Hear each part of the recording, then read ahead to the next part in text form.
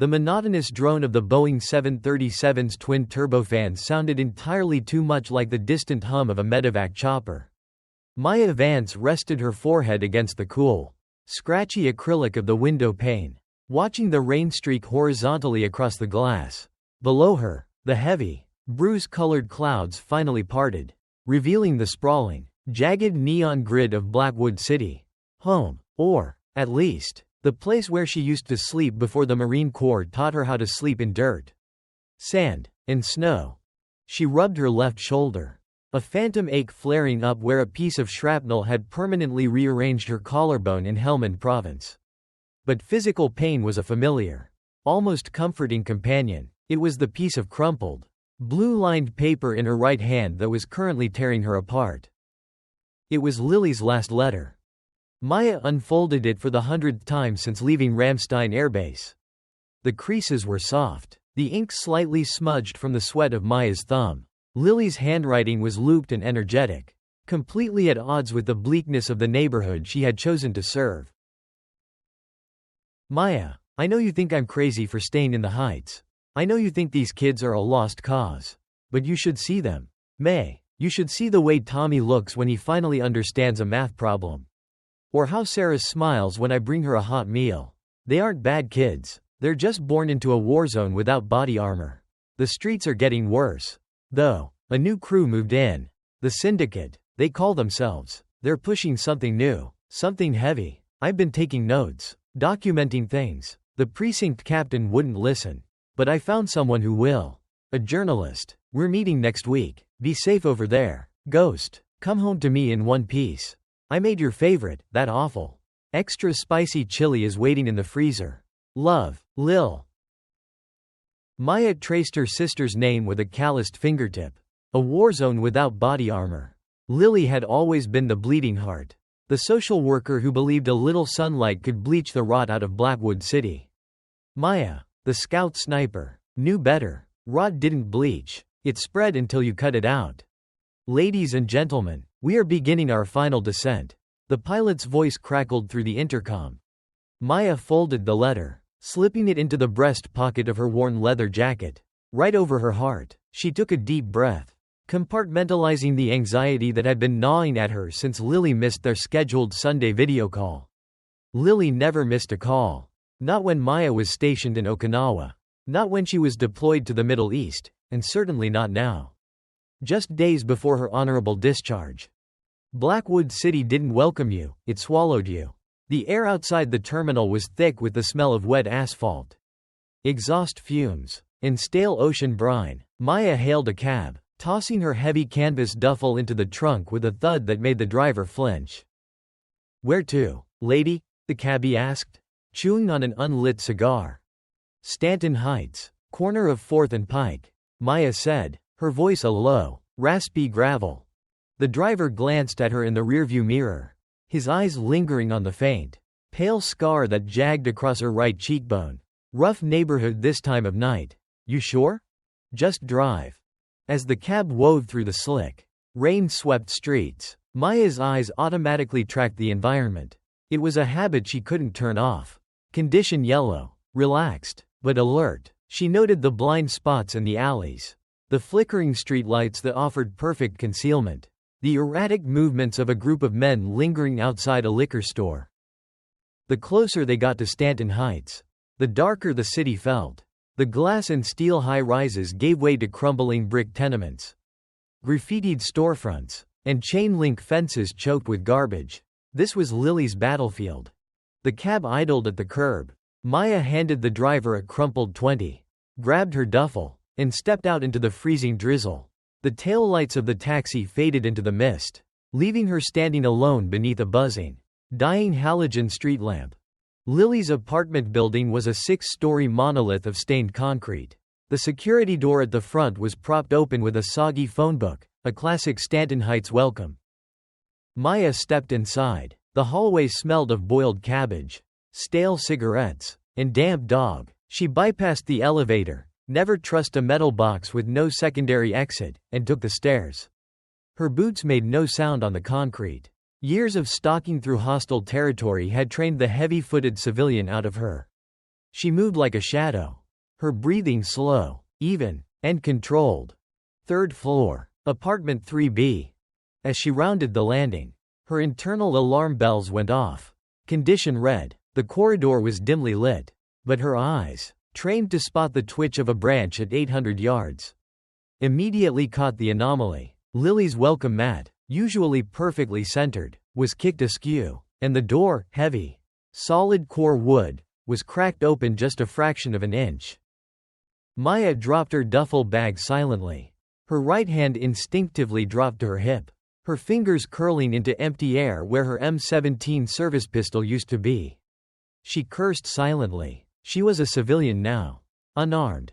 She pressed her back against the peeling wallpaper next to the doorframe, avoiding the fatal funnel, the doorway itself, where targets were easiest to hit. She listened. The apartment was completely, unnaturally quiet. No hum of the refrigerator, no low murmur of the television. Just a heavy, suffocating silence. And then, the smell hit her. It wasn't the awful, extra spicy chili. It was a sharp, metallic tang, copper and rust, the undeniable, unforgettable scent of fresh blood. Ice flooded Maya's veins. The big sister in her wanted to scream, to kick the door open and rush in. But the Marine took over. The sniper took over. Emotion was a liability. Emotion got you killed. She slowed her heart rate, narrowing her focus until the entire world shrank to the 3 inches of darkness visible through the cracked door. She reached out with the toe of her boot and nudged the door. It swung inward with a faint, agonizing creak. Maya pivoted around the frame, dropping into a low crouch, eyes scanning the room. Living room, clear. Kitchenette, clear. A lamp was overturned, its shade crushed. A stack of Lily's case files was scattered across the cheap laminate flooring like fallen snow. There were scuff marks on the wall, signs of a struggle. Lily? Maya whispered. The word felt like sandpaper in her throat. She moved forward, every step calculated, silent. She cleared the bathroom, empty. Only the bedroom remained. The door was wide open. The darkness inside was absolute, save for the weak, jaundiced glow of a street lamp filtering through the blinds. Maya stepped into the room. Her breath caught. The sniper's discipline shattered. No, no, no, no. Lily was on the floor at the foot of the bed. She looked impossibly small. Her blonde hair, usually pulled back in a neat ponytail, was a tangled, dark, matted halo around her head.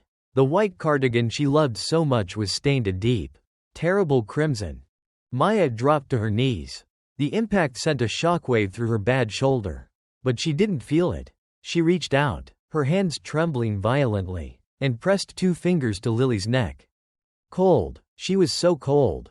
There was no pulse. There was no life. The vibrant, stubborn, beautiful light that had guided Maya through her darkest deployments had been violently snuffed out.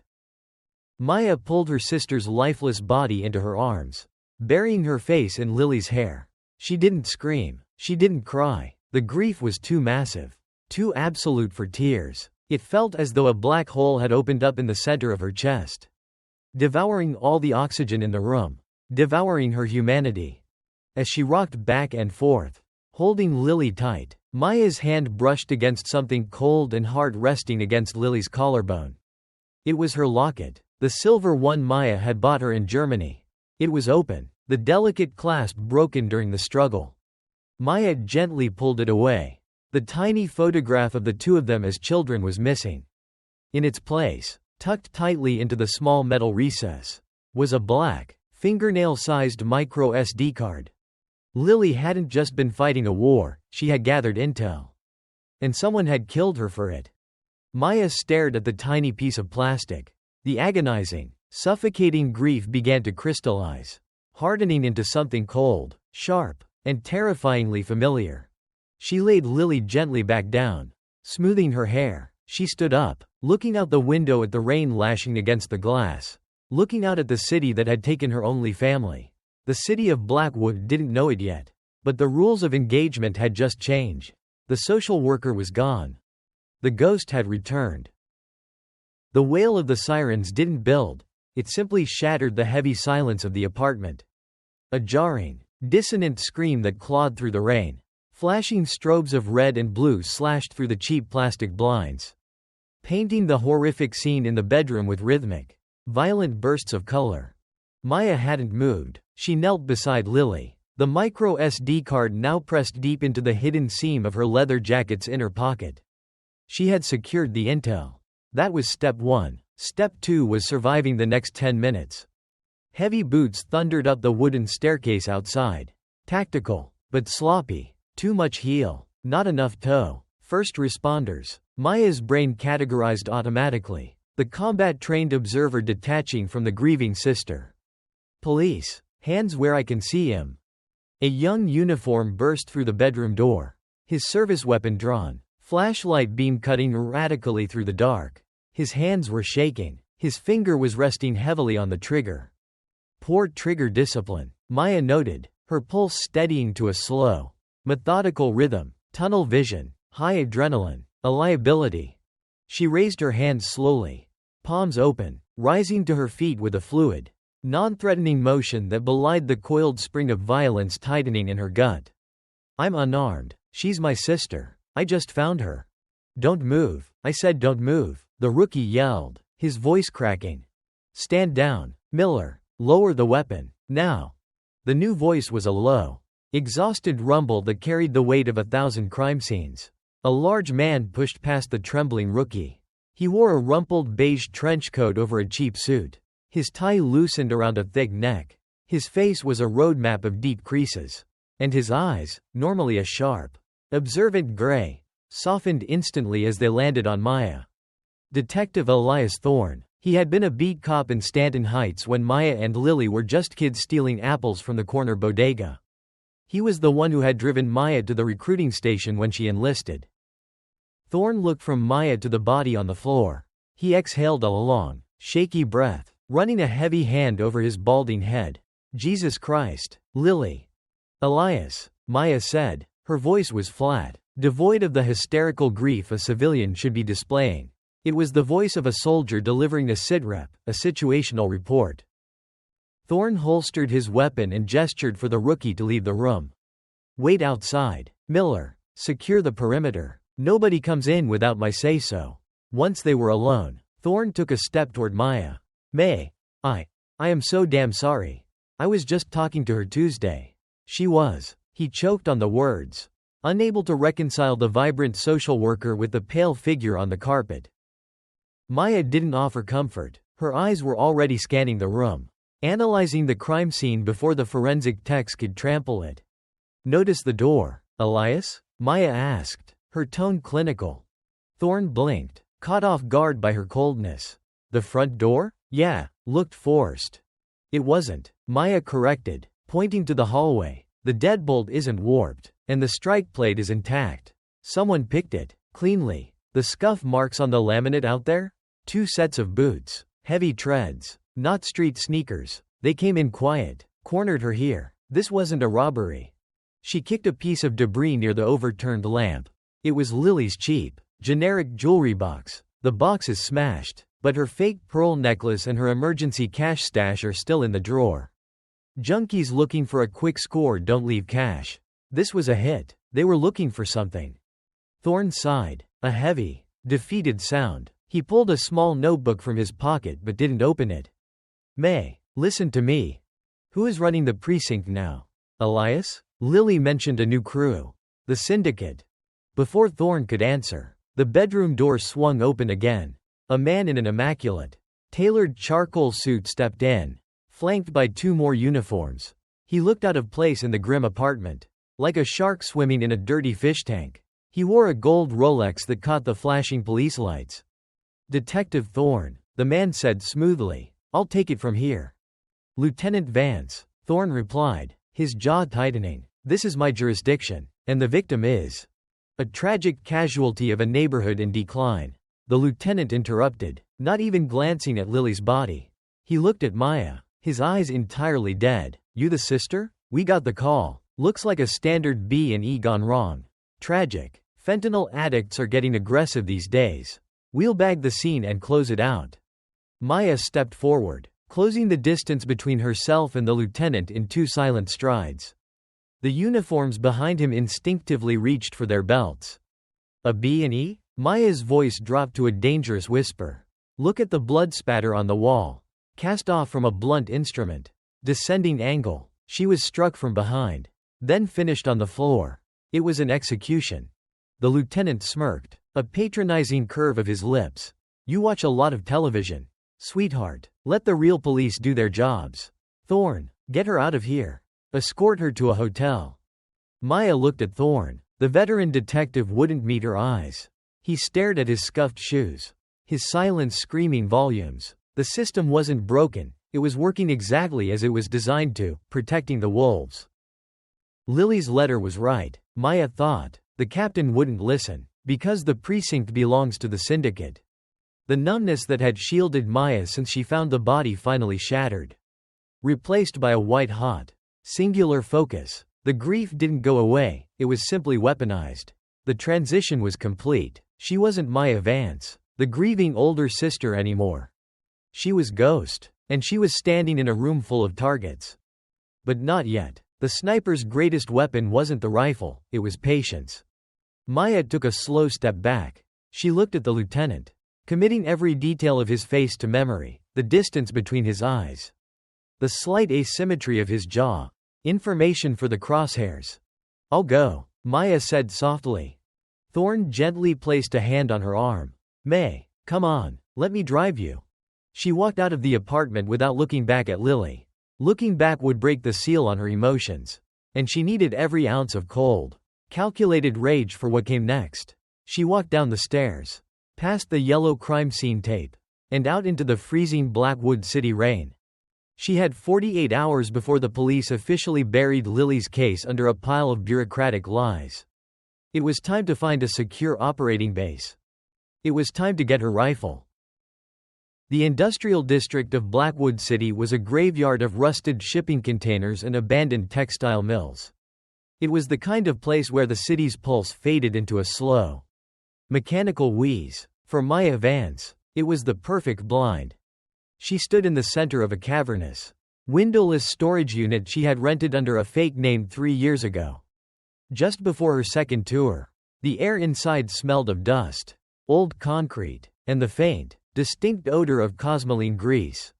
Maya flipped a breaker switch, and a single fluorescent bulb flickered to life, buzzing like an angry hornet. In the center of the room sat a heavy steel workbench. Beneath it, hidden under a tarp, was a massive, reinforced pelican case. She dragged the case out, her boots scraping against the concrete. The metallic clack of the 4 heavy-duty latches echoing in the empty room sounded like a vault door sealing shut. Inside, nestled in custom-cut, high-density foam, was her soul. It was a heavily modified Remington 700 Action, the heart of the Marine Corps M40A5 sniper rifle system. Next to it lay a Schmidt & Bender 5-25 x 56 PM2 scope, a suppressor, and boxes of match-grade 7.62 x 51 mm NATO ammunition. Beside the rifle system was a matte black Springfield TRP 1911 pistol and a razor-sharp Ka-Bar combat knife. The tools of a trade that dealt exclusively in terminal ballistics. Maya didn't cry as she began to assemble the rifle. The tears had frozen over the moment she walked out of Lily's apartment. Instead, she fell into the ritual. The familiar scent of Hoppy's No. 9 gun solvent was a grounding mechanism, pulling her out of the spiraling trauma of the civilian world and back into the binary logic of the battlefield. Click, clack, she locked the bolt assembly into place. She checked the headspace. She mounted the optics, ensuring the torque on the scope rings was flawless. Every movement was economic, practiced tens of thousands of times in the dark, in the mud, under fire. When she finally shouldered the weapon, peering through the glass at the blank concrete wall, her breathing dropped to a slow, rhythmic whisper. Her heart rate settled at a cool 50 beats per minute. The grieving sister was gone. The ghost was online. Maya set the rifle gently on the bench and pulled a ruggedized Panasonic Toughbook from the bottom layer of the case. She booted it up, completely disconnected from the local grid, and inserted the micro SD card she had pulled from Lily's locket. A password prompt blinked aggressively on the screen. Encrypted. Lily had been careful. Maya stared at the blinking cursor, thinking about the little sister who used to hide her diary under the floorboards. What would Lily use as a key? A birth date? Too obvious. A pet's name? They never had one. Maya closed her eyes, recalling the letter she had read on the plane just hours ago. They're just born into a war zone without body armor. Maya typed the words into the prompt, her fingers hovering over the enter key. BODYARMOR. She hit enter. The progress bar flashed green. Access granted. A solitary tear finally broke free, tracing the scar on Maya's cheek before dropping onto the keyboard.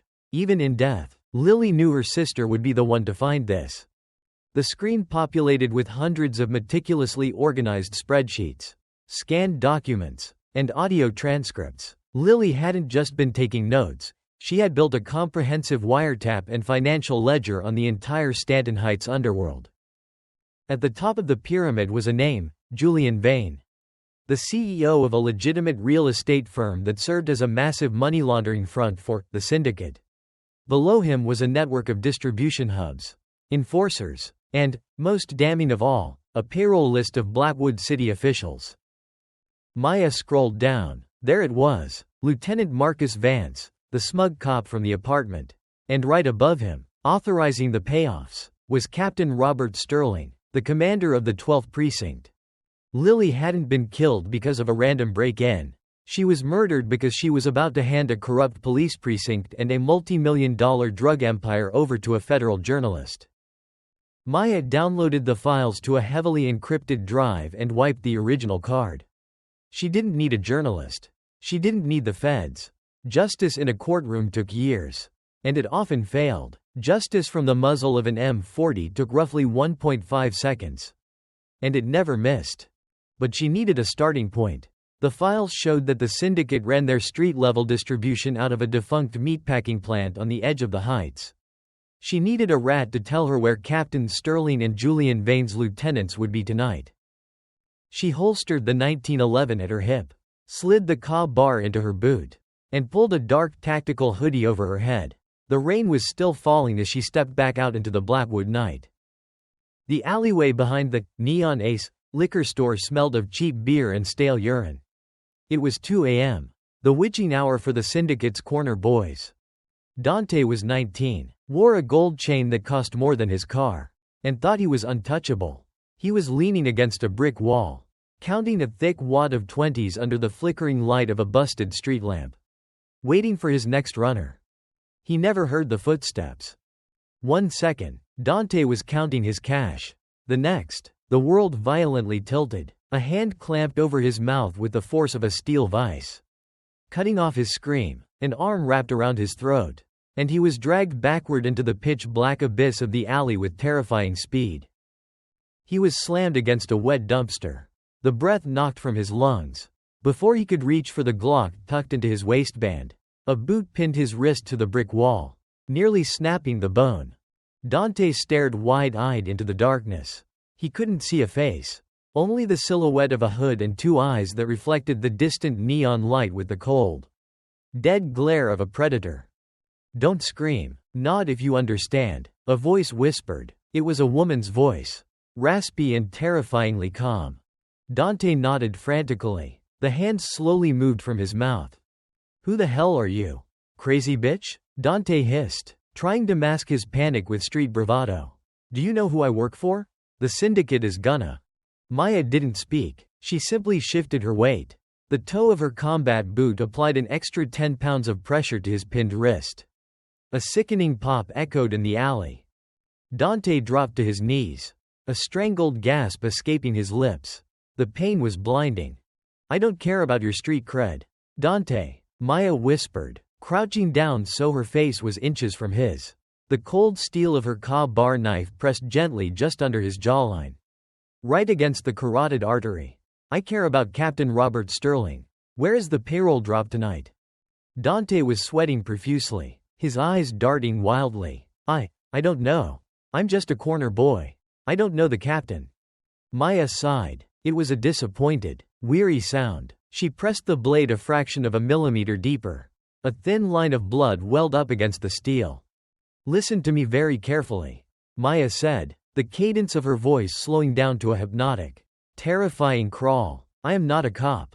I am not constrained by Miranda rights, internal affairs, or a moral compass. If you lie to me again, I will sever this artery. You will bleed out in 90 seconds in this filthy alley. And nobody will care. Now, where is the drop?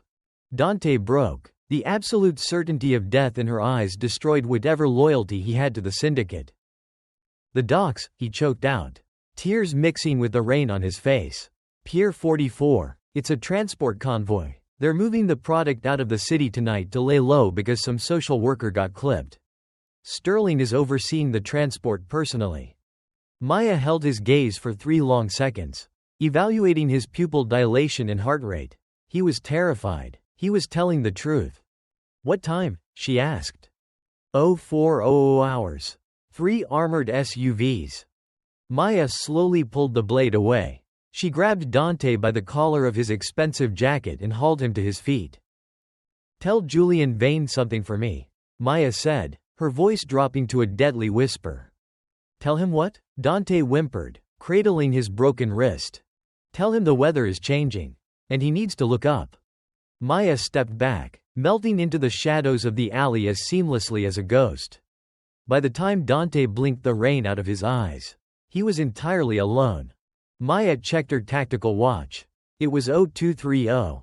She had 90 minutes to find a vantage point overlooking Pier 44. The hunt had officially begun. Pier 44 was a rotting scar on the edge of Blackwood City's industrial waterfront.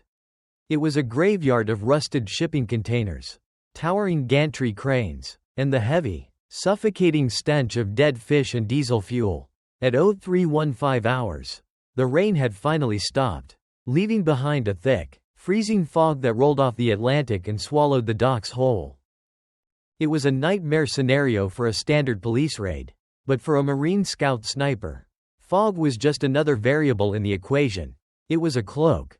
300 feet in the air, perched on the catwalk of an abandoned shipyard crane, Maya Vance was no longer a woman. She was a biological extension of her weapon system. The climb had been brutal. The metal rungs of the ladder had been slick with grease and freezing rain. And her bad shoulder screamed in protest with every pull. But pain was just a chemical signal. She acknowledged it, compartmentalized it, and shut it off. Maya lay prone on a shredded piece of industrial tarp, her M40A5 resting on a heavy sandbag she'd improvised from a canvas sack and gravel. The cold steel of the bolt handle bit through her thin tactical gloves. But her grip was steady. She pressed her eye against the ocular lens of the Schmidt and Bender scope. The world narrowed to a crisp, illuminated circle of crosshairs and mill dots. Distance: 842 yards. Elevation: -32 degrees. Barometric pressure: dropping. Wind: full value from the east. Holding steady at roughly 12 miles per hour. Maya adjusted the elevation turret with a series of sharp, precise clicks. Click, click, click. She dialed in the windage. Her mind ran the dope data on previous engagement. At this range, the 175-grain Sierra Matchking bullet would take almost a full second to reach the target. In that second, gravity, wind, air density, and even the rotation of the Earth, the Coriolis effect, would try to pull the round off course. She had to calculate all of it in absolute silence.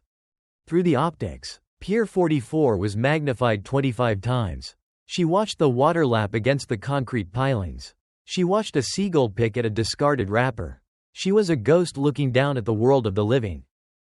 At 0345 hours, the silence of the docks was broken by the low, guttural growl of heavy engines. 3 matte black, armored Cadillac Escalades rolled onto the pier, their headlights cutting through the fog like yellow knives. They moved in a tactical wedge formation. Typical VIP protection protocol. Someone high up was here. Behind the Escalades lumbered a massive, unmarked commercial box truck. It shuddered to a halt near the edge of the pier, its air brakes hissing violently. Maya slowed her breathing. Inhale. Exhale. Hold.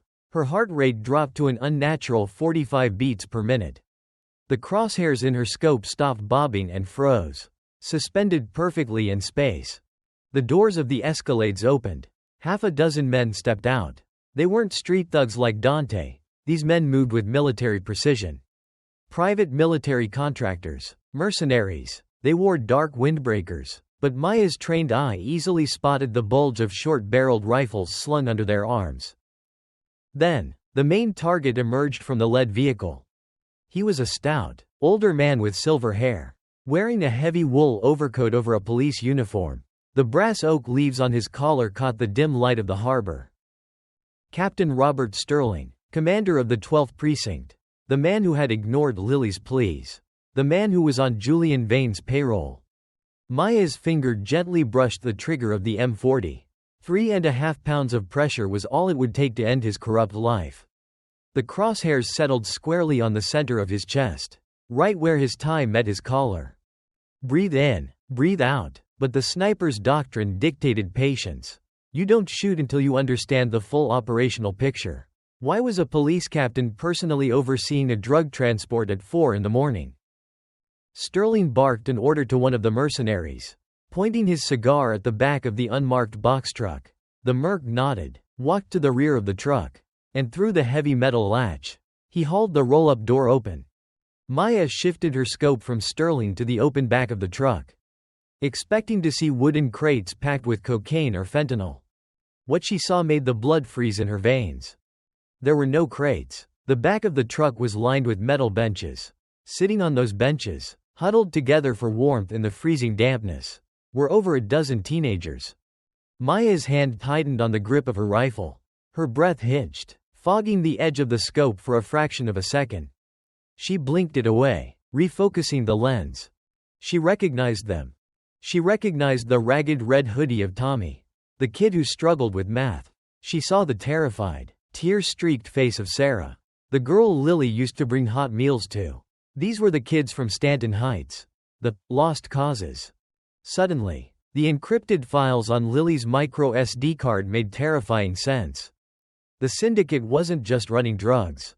Julian Vane's real estate empire wasn't just laundering dirty money. They were running a human trafficking ring. They were taking the invisible kids, the runaways, the orphans, the ones the police would never look for, and selling them.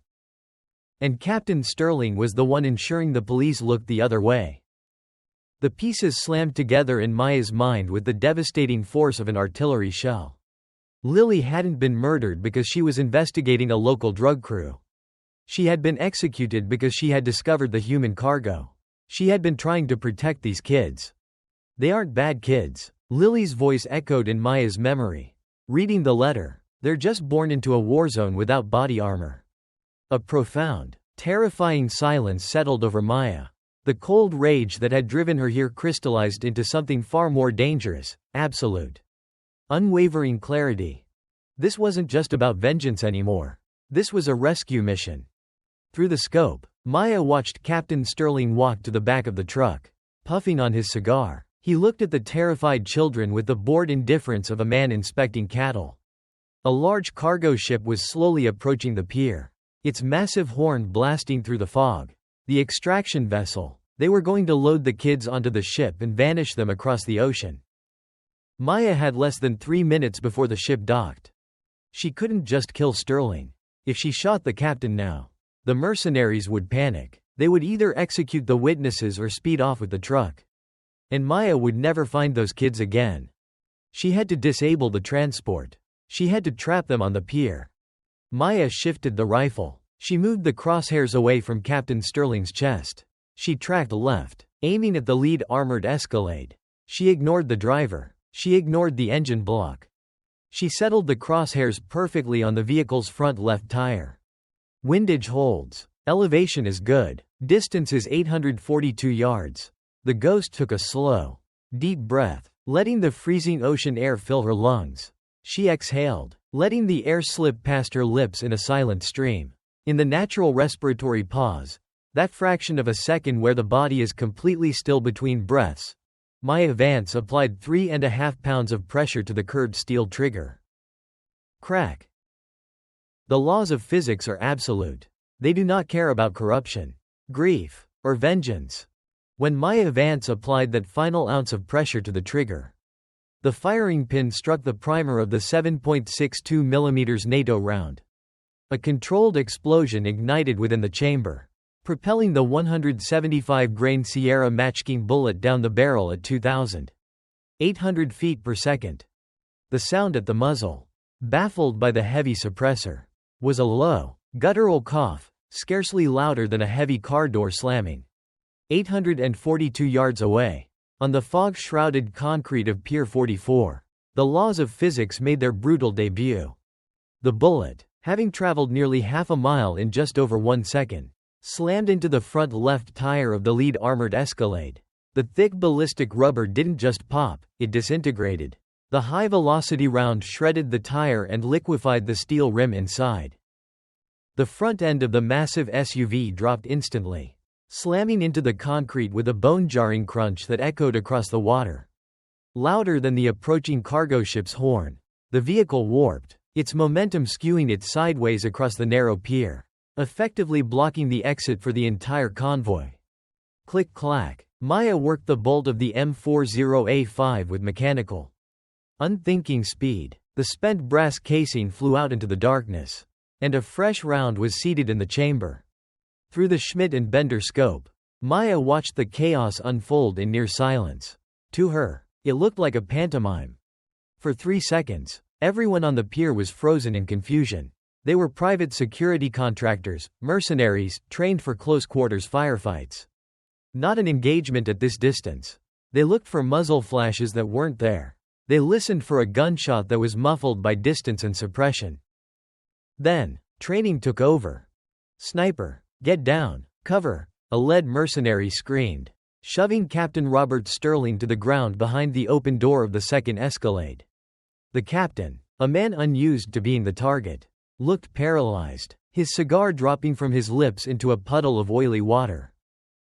The other 4 mercenaries moved with practiced synchronization, drawing short-barreled rifles from beneath their coats and taking cover behind the remaining armored vehicles. They were scanning the surrounding warehouses. But they were scanning at eye level. They weren't looking up, not yet. Focus, Ghost, Maya told herself. Her breathing was a slow, controlled intake, a shallow exhale. Inhale, half exhale, hold. She needed to maximize the immobilization. She shifted the crosshairs to the second SUV. The one Captain Sterling was cowering behind. She didn't want Sterling yet. She needed him trapped. Maya targeted the engine block. Crack. The unsuppressed crack of the supersonic bullet passing over the mercenaries' heads finally registered.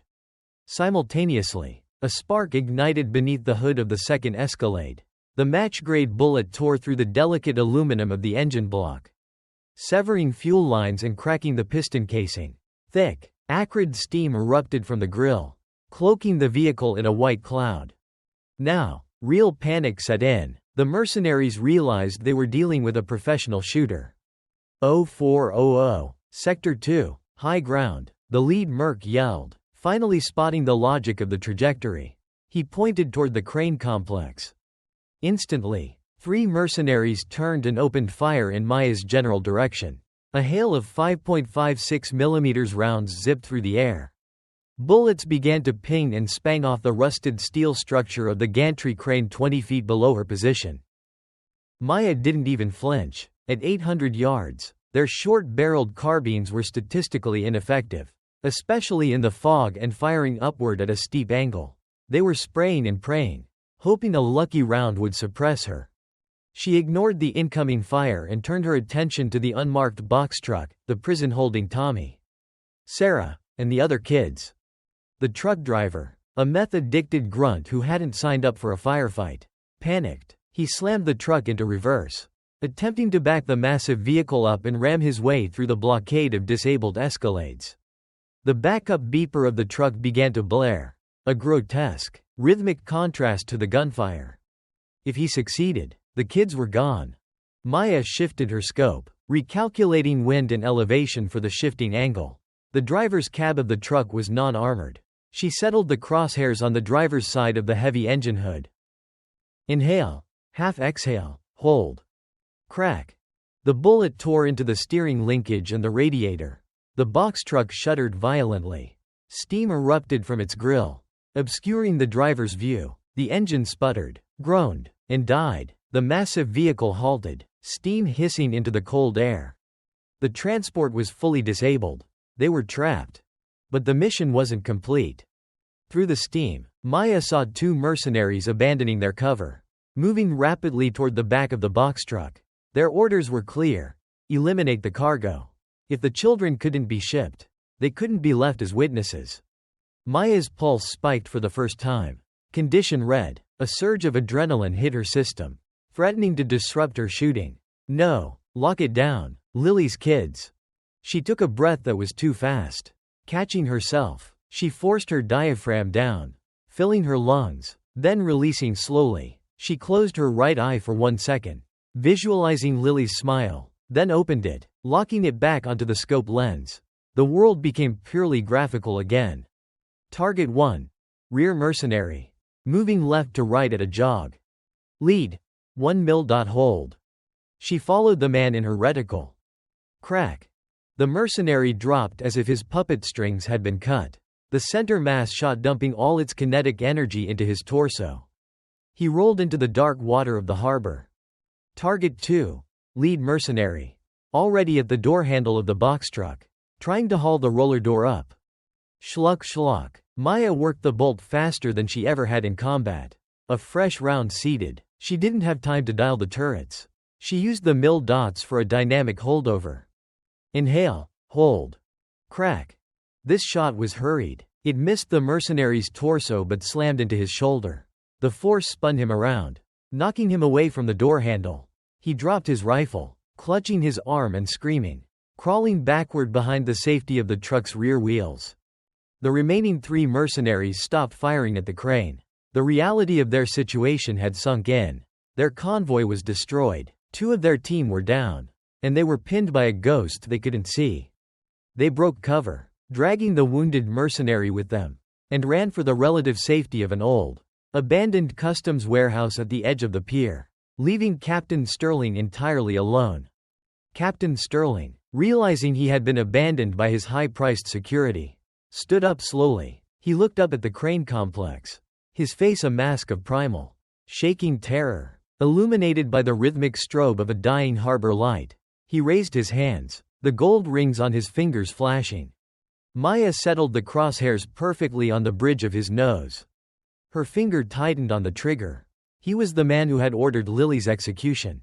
He was the man who sold children. Killing him was the definition of justice. But as she hovered on the edge of the trigger's brake, she heard the sirens. Not 1 or 2, a chorus. Detective Thorne hadn't been idle. Maya had left a trail of encrypted breadcrumbs for him before she left the warehouse. An anonymous tip to a clean internal affairs unit about a major distribution bust at the docks at 0400. The wail of the sirens grew deafening, cutting through the fog. A dozen squad cars, lights flashing red and blue, burst through the gates of Pier 44, tires screeching as they swarmed the disabled convoy. If Maya killed Sterling now, Thorne would have to hunt her. If she killed Sterling now, she might get caught, and Julian Vane, the real monster, would vanish into the shadows. A sniper knows that the hardest shot is the one you don't take. Maya eased her finger off the trigger. She watched through the scope as the first wave of police officers, real, honest officers, led by an exhausted-looking Elias Thorne, burst out of their cars with weapons drawn. They tackled Sterling to the ground, slamming his face into the wet concrete. They rushed to the back of the disabled box truck. Thorne himself cut the lock and hauled the roller door open. Maya watched as Tommy, Sarah, and the other kids spilled out, weeping and terrified, but alive. Thorne wrapped Sarah in his own police jacket. Maya felt a massive, hollow ache in her chest. She had saved them. She had finished Lily's work. But her own work was just beginning. Maya began to systematically disassemble her rifle. She wiped down every component, removing any trace of DNA or powder residue. She packed the M40A5 back into its foam-lined Pelican case, sealing it with 4 heavy thuds. The ghost was gone before the first police helicopter even started its rotors. The morning sun over Blackwood City was the color of a dirty penny, struggling to pierce the thick layer of smog and harbor fog. In a greasy diner 3 blocks from her rented storage unit, Maya Vance sat in a cracked vinyl booth, stirring a cup of black coffee she had no intention of drinking. Above the counter, a muted television played the local news on a continuous loop. The headline crawled across the bottom of the screen in bold red letters: 12th Precinct Captain arrested in dockside raid. Human trafficking ring busted. Footage of Captain Robert Sterling, stripped of his uniform and wearing a fluorescent Orange County jumpsuit, flashed on the screen. He looked smaller, broken. Following that was a brief, blurred clip of Detective Elias Thorne carrying a shivering teenage girl wrapped in a police jacket to a waiting ambulance. Maya looked away, staring out the rain-streaked window. She had won the battle. The kids were safe, but the war was far from over. Sterling was just a middleman, a well-paid gatekeeper. The architect of the misery, the man who had ordered the hit on Lily, was still breathing penthouse air. Julian Vane. Maya pulled out her encrypted toughbook, keeping it hidden below the edge of the table. Lily's files had mapped out Vane's empire. But Vane himself was a ghost. He didn't use a cell phone. He didn't have a static schedule. And his public appearances were heavily guarded by armed mercenaries. But every king needs a treasury. And Vane's treasury was an underground, unregulated bare-knuckle fight club known in the underworld simply as the Tartarus. Located beneath a condemned meatpacking plant in the South Ward, Tartarus was where Vane laundered his street cash and entertained his high-rolling clients. It was managed by Vane's right-hand man and chief enforcer, a former heavyweight named Marcus Jackson. If anyone knew where Vane was hiding out until the heat from the docks blew over, it was Jax. Maya closed the laptop. The sniper rifle, her M40A5, was useless here. You couldn't bring a bolt-action rifle into a packed, subterranean nightclub. Tonight, she had to trade the surgical precision of 800 yards for the intimate, brutal reality of close-quarters combat, CQC. She left a $5 bill on the table and walked out into the cold morning. By midnight, the South Ward was a playground for the city's worst impulses. Maya stood in the shadows of a brick alley across from the abandoned meatpacking plant. She wore dark denim, heavy steel-toed combat boots, and a fitted black leather jacket. Her hair was pulled back into a tight, utilitarian braid. Concealed at the small of her back was her 1911 pistol. And strapped to her right thigh, hidden by the jacket, was her Cobb bar knife.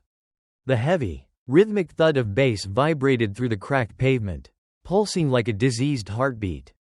Getting inside was surprisingly easy. Maya didn't try to sneak past the 2 massive bouncers at the heavily reinforced steel door. Instead, she slipped through a rusted ventilation shaft on the side of the building, dropping silently into a dark utility corridor that smelled of rat droppings and bleach. She navigated the labyrinth of the basement until she reached the main floor. Maya pushed through a set of double doors and stepped into the lion's den. Tartarus was a sensory assault. The air was thick with the stench of cheap beer, cigar smoke, and human sweat. A blinding rig of strobe lights hung from the cavernous ceiling, illuminating a chain-link octagon in the center of the room. 2 men, slick with blood and sweat, were tearing into each other while hundreds of screaming patrons waved fistfuls of cash. Maya kept her head down, moving fluidly through the chaotic crowd. She stayed in condition yellow, her eyes scanning the room, ignoring the fight in the cage. She was looking for the VIP section. She spotted it, a raised balcony behind a wall of bulletproof glass, guarded by 3 men wearing earpieces and tailored suits. To get up there, she needed access to the service stairwell behind the bar. As Maya moved toward the service corridor, a young woman carrying a tray full of empty shot glasses backed out of a doorway, colliding hard with Maya's shoulder. The tray clattered to the floor, glass shattering over the sticky concrete. "I'm so sorry. Please, I'm sorry," the girl stammered, dropping to her knees to scramble for the broken glass. She was terrified, her hands shaking violently. She couldn't have been more than 18. Under the harsh neon lights, Maya saw the dark, ugly bruise blooming on the girl's jawline. Maya knelt beside her, her hands moving quickly to help gather the glass. "Hey, breathe, it's just glass." The girl looked up, her eyes wide with panic. "They'll take it out of my debt." "Jax will," She stopped herself, looking at Maya's face. The girl's eyes widened further. But this time, not with fear, with recognition. You, the girl whispered. I know your face. Maya froze. Her hand instinctively drifted toward the grip of her concealed 1911. You don't know me. Yes, I do, the girl insisted, her voice dropping to a frantic whisper. You were on her phone screen. Lily, the social worker. You're the sister in the military. Maya felt a sudden, sharp ache in her chest. The memory of Lily was a raw nerve. And this girl had just stepped right on it. How do you know Lily? She was trying to get me out, the girl said, tears welling in her eyes. My name is Chloe. My boyfriend owed Jack's money. So he left me here to work it off. Lily was building a case. She gave me a burner phone. But then I heard she got killed. Chloe looked down at the broken glass. Now I'm never getting out. Maya looked at the terrified girl. This was it. This was why Lily died. Not for files on a micro SD card. But for Chloe, for Tommy, for Sarah. The sniper's cold logic evaporated, replaced by the fierce, protective rage of the Marine. Where is Jax right now? Maya asked, her voice dropping to a dangerous, gravelly pitch. Upstairs, Chloe whispered, pointing toward a heavy, unmarked steel door at the end of the corridor. The money room. But you can't go up there. He has 2 guards. He'll kill you. Chloe, Maya said, grabbing the girl's shoulders gently but firmly. Go to the back exit. Wait by the dumpsters. When you hear the fire alarm, run. Don't look back. Before Chloe could argue, Maya stood up and walked down the corridor. She didn't bother trying to pick the lock on the steel door. She drew the 1911, screwed a heavy, cylindrical suppressor onto the threaded barrel, and shot the locking mechanism twice. Peefed. She kicked the door open and took the stairs 2 at a time, moving with terrifying speed. At the top of the landing was the money room. The door was ajar. Inside, Maya could hear the rhythmic whir of cash-counting machines and the low, rumbling laugh of a very large man. She holstered the pistol. Gunshots, even suppressed, could risk a ricochet in an enclosed concrete room. And she needed Jax alive to talk. Maya slipped the bar knife from her thigh rig. She gripped it in a reverse hold, the blackened steel resting against her forearm. She took a deep breath, shifting her weight to the balls of her feet. Violence of action. Maya exploded through the doorway. The room was bathed in the harsh white light of fluorescent tubes. There were 3 men, 2 armed guards standing by the door, and a behemoth of a man sitting behind a metal desk covered in stacks of $100 bills. Marcus, Jackson. Before the guard on the left could even register the intrusion, Maya closed the distance. She drove the heavy pommel of her bar directly into his temple. The bone crunched, and the man dropped like a sack of wet cement. The second guard reached for the Glock in his shoulder holster. Maya pivoted, using the falling man's momentum to launch herself forward.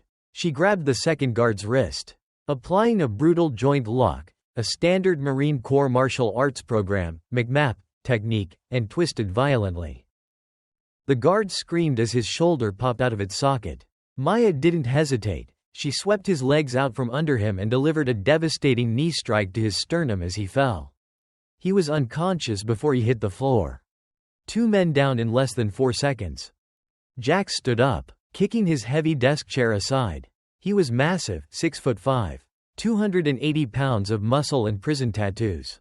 He didn't reach for a gun. He smiled, baring gold-capped teeth, and cracked his knuckles. Well, Jax rumbled. The little social worker's big, bad sister. Vane said you might come sniffing around. Where is he? Maya asked, her voice devoid of emotion. Jax lunged. He was fast for a big man, throwing a heavy right hook that would have decapitated a normal person. Maya didn't block it. Blocking a man that size would break her arm. She slipped under the punch. Stepping into his guard, she drove her elbow up into his ribcage, feeling a satisfying crack. Jax grunted, wrapping his massive arms around her, trying to crush her into a bear hug. Maya couldn't breathe. The air was being forced from her lungs. She had seconds before her ribs gave way. She dropped her knife. Freeing her hand, she drove her thumbs directly into the pressure points under his jawline, the brachial plexus origin. The pain was paralyzing, Jax roared, loosening his grip for a fraction of a second. It was all Maya needed. She dropped her weight, sweeping her leg behind his knee, and used his own massive forward momentum against him. Oh Soto Gari, a major outer reap. Jax crashed to the floor with a thud that shook the concrete room. Before he could recover, Maya was on top of him. She grabbed her fallen bar and drove the 6-inch steel blade through the meaty palm of his right hand, pinning it directly to the wooden floorboards beneath the cheap rug. Jax screamed, a high-pitched, agonizing sound that was entirely drowned out by the roar of the crowd in the fight club below. Maya leaned in close. Her eyes were completely dead. The eyes of the ghost. I won't ask twice. Marcus, she whispered, twisting the blade a millimeter. Where is Julian Vane? Jax gasped, blood bubbling at the corner of his mouth. His eyes wide with a terror he had never known. The glass tower. The penthouse at the Zenith building. He's moving his assets tomorrow night. Leaving the country. Maya stared at him for a long moment, evaluating his vital signs. He wasn't lying. The pain was too real. Good, Maya said softly. She pulled the fire alarm on the wall, the shrill bells immediately echoing through the club, sparking a stampede of panicked patrons toward the exits. Maya left the knife pinned in Jax's hand, walked out of the room, and melted into the chaos of the fleeing crowd. Chloe was going to be free, and Julian Vane was finally out of time. The burner phone buzzed against the concrete floor of the storage unit. A harsh, mechanical vibration that cut through the silence of 3 a.m. Maya Vance paused, a gauze pad halfway to a fresh scrape on her forearm. Only 2 people had this number. Elias Thorne, and the man who was supposed to marry her sister. She picked it up. Speak. May? Oh, thank God. It's David. The voice on the other end was frantic, trembling so violently it sounded like it was being run through a cheese grater. I didn't know who else to call. The police. They're in on it. I know about Lily. Maya's jaw tightened. David had been Lily's anchor. A high school teacher with soft hands and a gentle demeanor. When Maya had first heard the news of Lily's death, David's phone had gone straight to voicemail.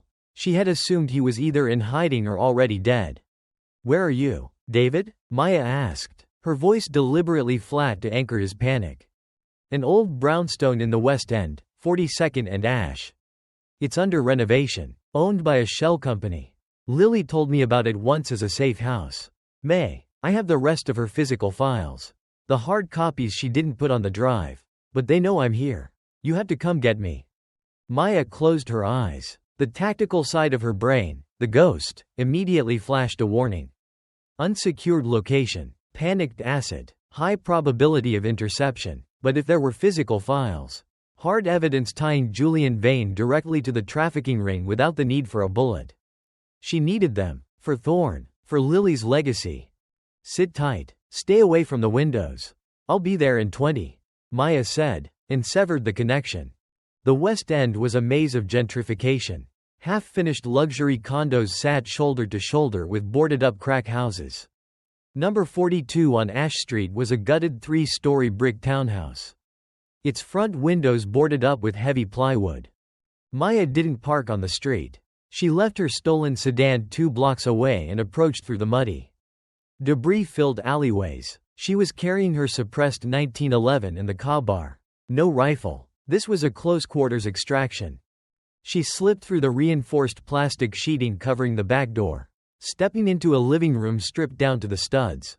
The air smelled of sawdust, damp plaster, and something else, something chemical and sweet.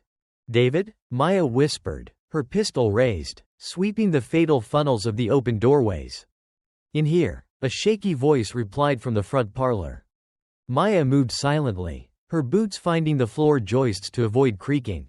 She rounded the corner. David was sitting on an overturned paint bucket in the center of the room, illuminated by the sickly orange glow of a street lamp bleeding through the cracks in the plywood. He looked awful. His clothes were rumpled. He was sweating profusely despite the chill. And he was clutching a thick manila envelope to his chest.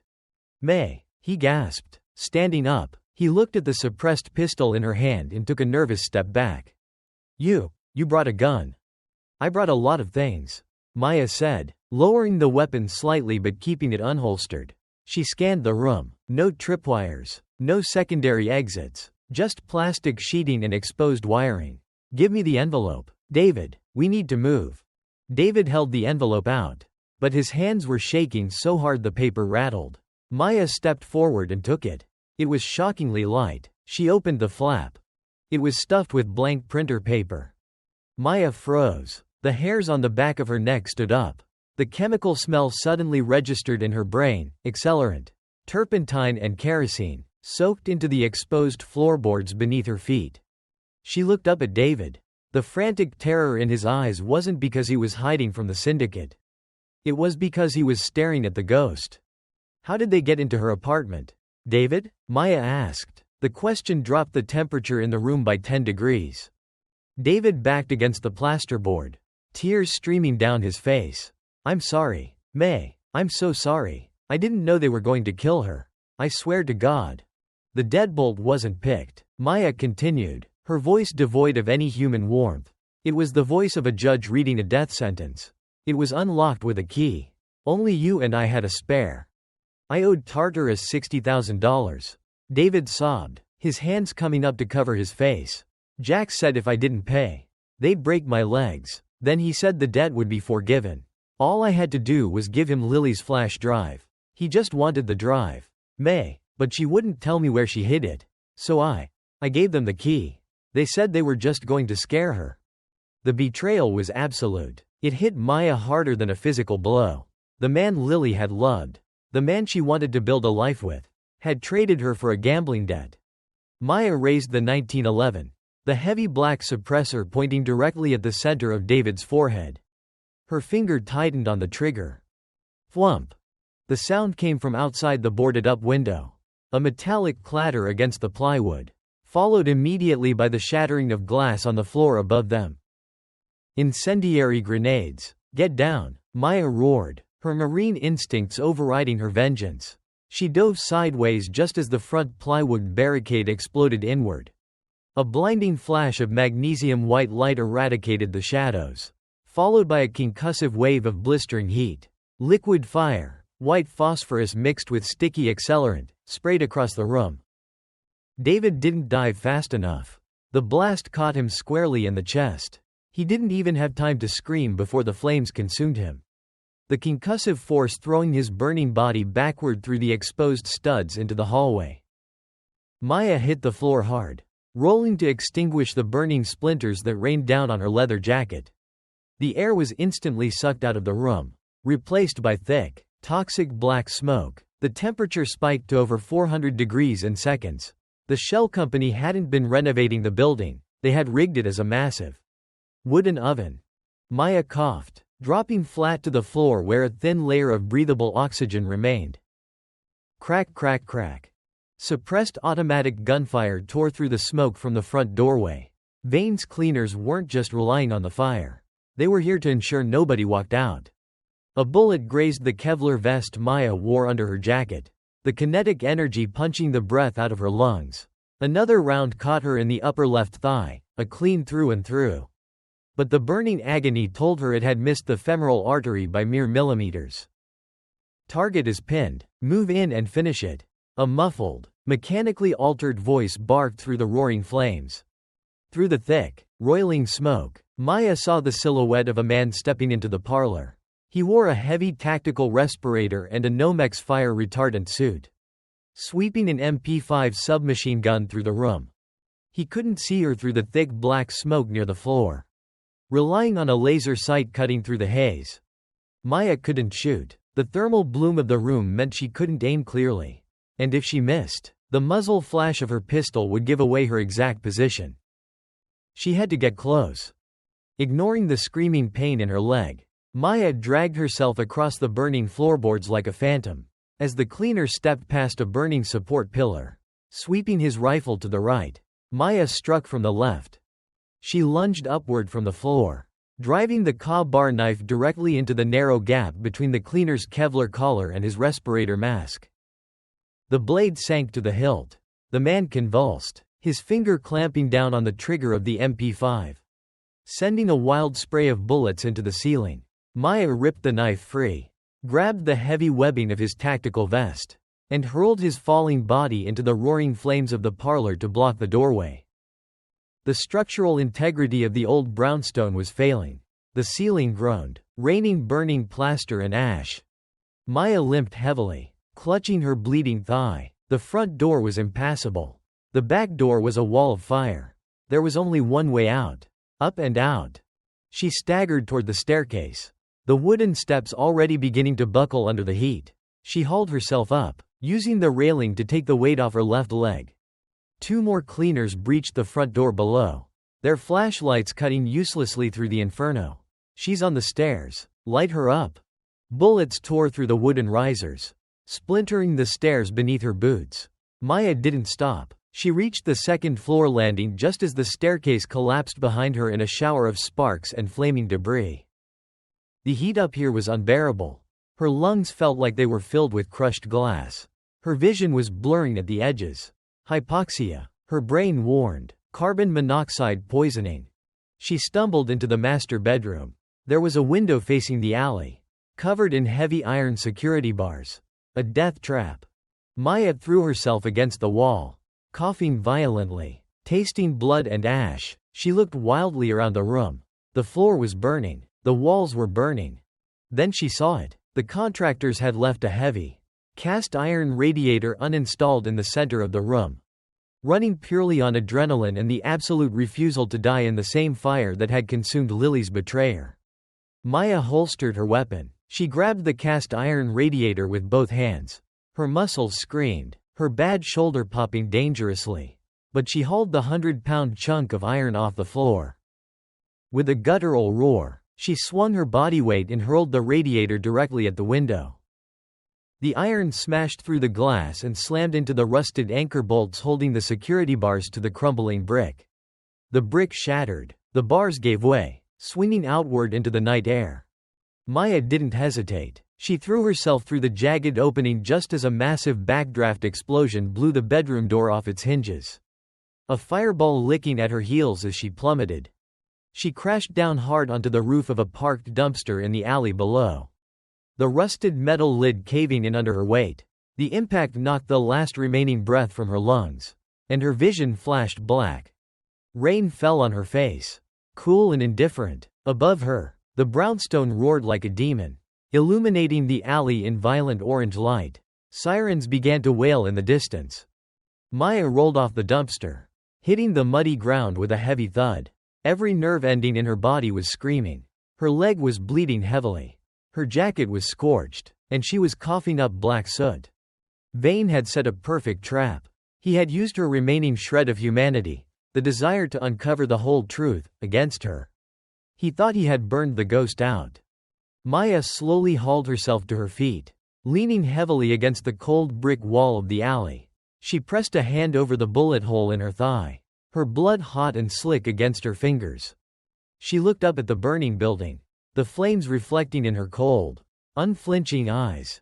Vane was wrong. Fire doesn't kill ghosts. It just makes them angry. Maya turned and vanished into the rain-soaked shadows of the alley, leaving the inferno behind her. The Zenith building was waiting. There is a specific kind of cold that comes not from the weather, but from massive blood loss. It starts in the fingertips, a creeping, hollow numbness, before settling deep into the marrow of the bones. Maya Vance dragged her left leg through the flooded, subterranean access tunnel beneath the Blackwood City subway lines. Her sanctuary wasn't a hotel or an apartment, it was a forgotten utility bunker from the 1970s. Hidden behind a rusted, chained-off grate that hadn't seen a transit worker in decades. She shoved the heavy steel door shut behind her, throwing the deadbolt with a trembling, blood-slicked hand. As the locking mechanism clicked into place, the adrenaline that had kept her moving for the last hour finally evaporated. Maya's knees buckled. She collapsed onto the damp concrete floor, her breath coming in ragged, shallow gasps. The bunker was pitch black, smelling of ozone, rat droppings, and standing water. She fumbled in the dark until her hand brushed against the military-issued tactical flashlight she had stashed here days ago. She clicked it on, pointing the beam at the cracked cinderblock ceiling to bathe the small room in a dim, Diffuse halo. She had to work fast. The cold was spreading. Maya leaned against a rusted electrical junction box and began the agonizing process of peeling off her gear. Her scorched leather jacket hit the floor with a heavy thud. The Kevlar vest underneath had saved her life from the submachine gunfire. But the kinetic impact had left a purple, saucer-sized bruise over her ribs. Every breath felt like inhaling ground glass. But the real problem was her thigh. She took her combat knife and sliced through the blood-soaked denim of her tactical pants. The bullet from the cleaner's MP5 had been a clean through and through, entering the outer thigh and exiting through the back. It had missed the femoral artery, but the muscle tissue was torn, and it was bleeding sluggishly. Maya pulled a vacuum-sealed first aid kit from her waterproof duffel. There was no anesthetic. There was no time for weakness. She poured a bottle of raw isopropyl alcohol directly over the entrance and exit wounds. A strangled, guttural scream tore itself from her throat, echoing off the concrete walls. Her vision flared white. She bit down hard on the collar of her shirt, tasting copper as her teeth cut into her own lip. Her body went into shock, convulsing violently as the burning alcohol sterilized the torn flesh. When the white-hot agony finally subsided into a dull, throbbing roar, she packed the wounds with quick-clot gauze, wrapped the leg tightly in compression bandages, and secured it with medical tape. She slumped back against the wall, entirely spent. Her skin was clammy, coated in a mixture of cold sweat and black soot from the brownstone fire. The heavy iron radiator, the backdraft explosion, David's horrific death, it all played on a continuous, dizzying loop in her mind. Her core temperature was dropping. The fever was setting in. Infection was already racing through her bloodstream, fighting a losing battle against her battered immune system. Maya closed her eyes, letting her head loll back against the cold concrete. The darkness behind her eyelids began to swirl, fracturing into fragmented memories. "You look terrible, May." The voice was soft, melodic, and impossibly clear. It cut through the damp chill of the bunker like a warm ray of sunlight. Maya's eyes snapped open. Sitting on an overturned, rusted bucket just 3 feet away was Lily. She was wearing her favorite white cardigan, perfectly clean. Her blonde hair was pulled back into that neat, familiar ponytail. There was no blood. There was no terror in her eyes. She just looked at Maya with that same gentle, slightly exasperated expression she used when Maya tracked mud into the apartment. Maya stared, her heart hammering against her bruised ribs. She knew it was a hallucination.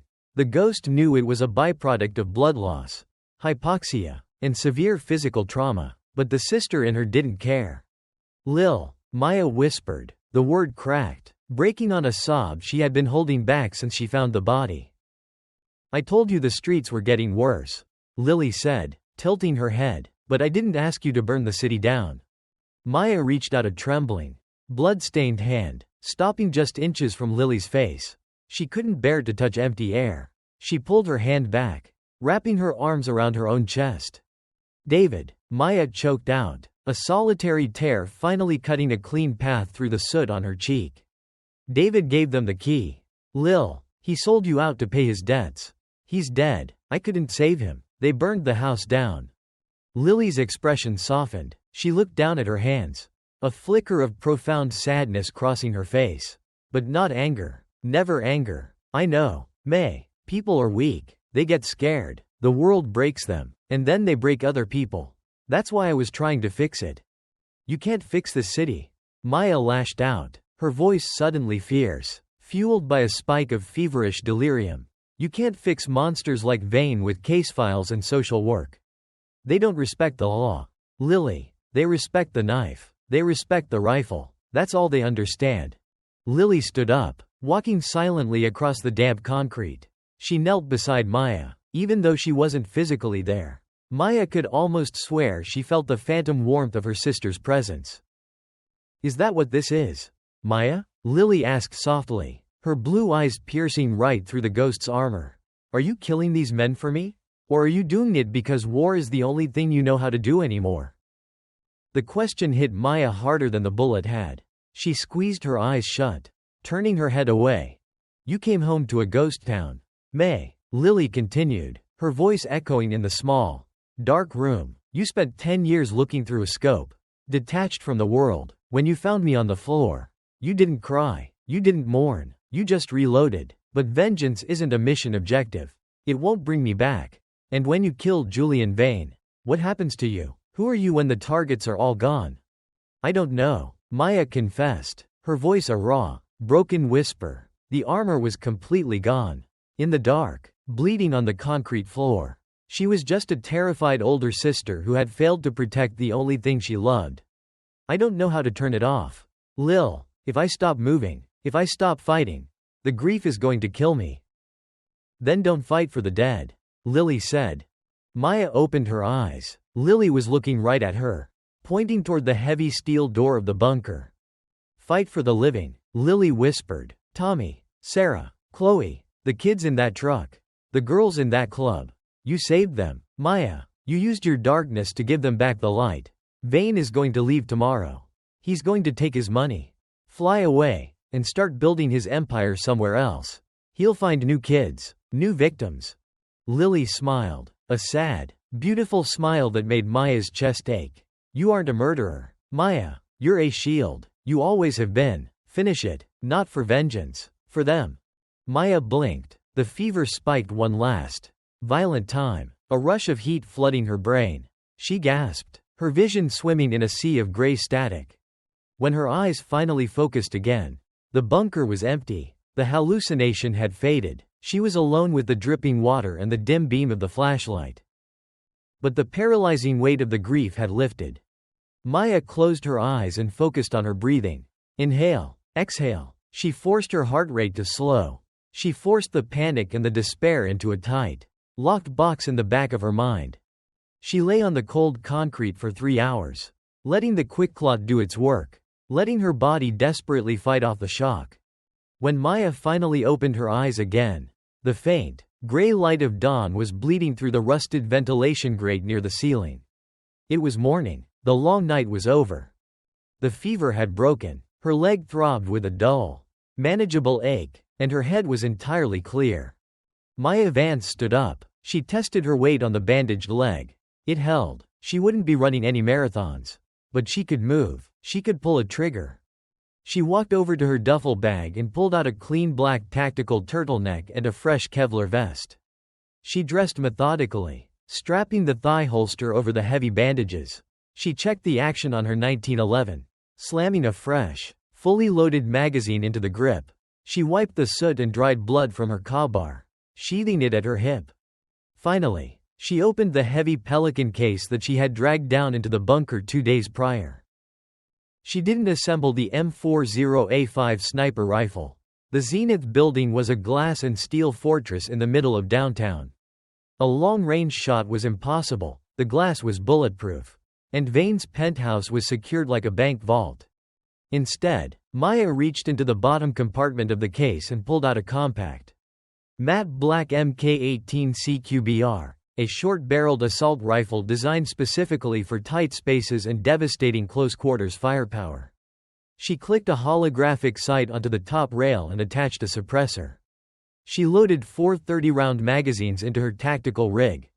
There would be no stalking today. There would be no shadows. Julian Vane had hidden behind lawyers, corrupt cops, and paid mercenaries for years. Today, the ghost was going to kick his front door down. Maya threw the deadbolt on the bunker door and stepped out into the flooded tunnel. Her eyes locked dead ahead. She wasn't fighting for the dead anymore. By 6 p.m., the storm that had battered Blackwood City finally broke, leaving behind a bruised, purple twilight. The streets were slick, reflecting the neon signs like spilled paint. But in the underworld, a different kind of storm was just making landfall. Panic. Word of the Tartarus Fight Club and the burning brownstone had spread through the syndicate's ranks like a virus. The street-level dealers stopped answering their burners. The mid-level enforcers started packing their bags. The myth of the ghost had officially eclipsed the fear of Julian Vane. Maya Vance drove a stolen, nondescript utility van through the industrial district, the heavy Mk18 CQBR resting on the passenger seat. She had popped 3 high-dose ibuprofen to take the edge off the burning agony in her left thigh. She walked with a pronounced, heavy limp now. But in a firefight, you didn't need to run. You just needed to shoot first. And shoot accurately. Vane was planning to flee the country by morning. To do that, he needed two things: his private security detail and his liquid assets. Maya was going to take both. Her first target was a sprawling, corrugated steel warehouse disguised as a commercial logistics hub. According to Lily's decrypted files, this was the syndicate's primary armory and staging ground for Vane's private military contractors, PMCs. If she hit the Zenith building while this place was operational, Vane would just call in a 30-man heavily armed reinforcement squad. Maya parked the van a block away. She checked the chamber of the Mk-18. Round seated, she tapped the 30-round polymer magazine to ensure it was locked. She didn't use the roof this time. She didn't use the shadows. She walked straight up to the reinforced steel side door of the warehouse. Two PMCs in tactical gear were smoking cigarettes by the entrance, laughing about something on a smartphone. Maya didn't give them a warning. She didn't ask questions. She raised the Mk-18. Peefed, peefed, peefed, peefed. The suppressor swallowed the explosive roar of the 5.56 mm rounds, reducing them to sharp, mechanical clicks. Two double taps to the center mass. The mercenaries dropped to the wet asphalt before their cigarettes even hit the ground. Maya stepped over them, pulling a breaching charge, a strip of C4 explosive rigged with a blasting cap, from her tactical vest. She molded it onto the heavy steel hinges of the door, stepped back, and hit the detonator. Boom! The hinges shattered, the door violently blowing inward in a cloud of gray smoke and pulverized concrete. Before the smoke could even begin to clear, the ghost stepped through the threshold. The interior of the warehouse was massive, stacked high with wooden crates of black market weapons and tactical gear.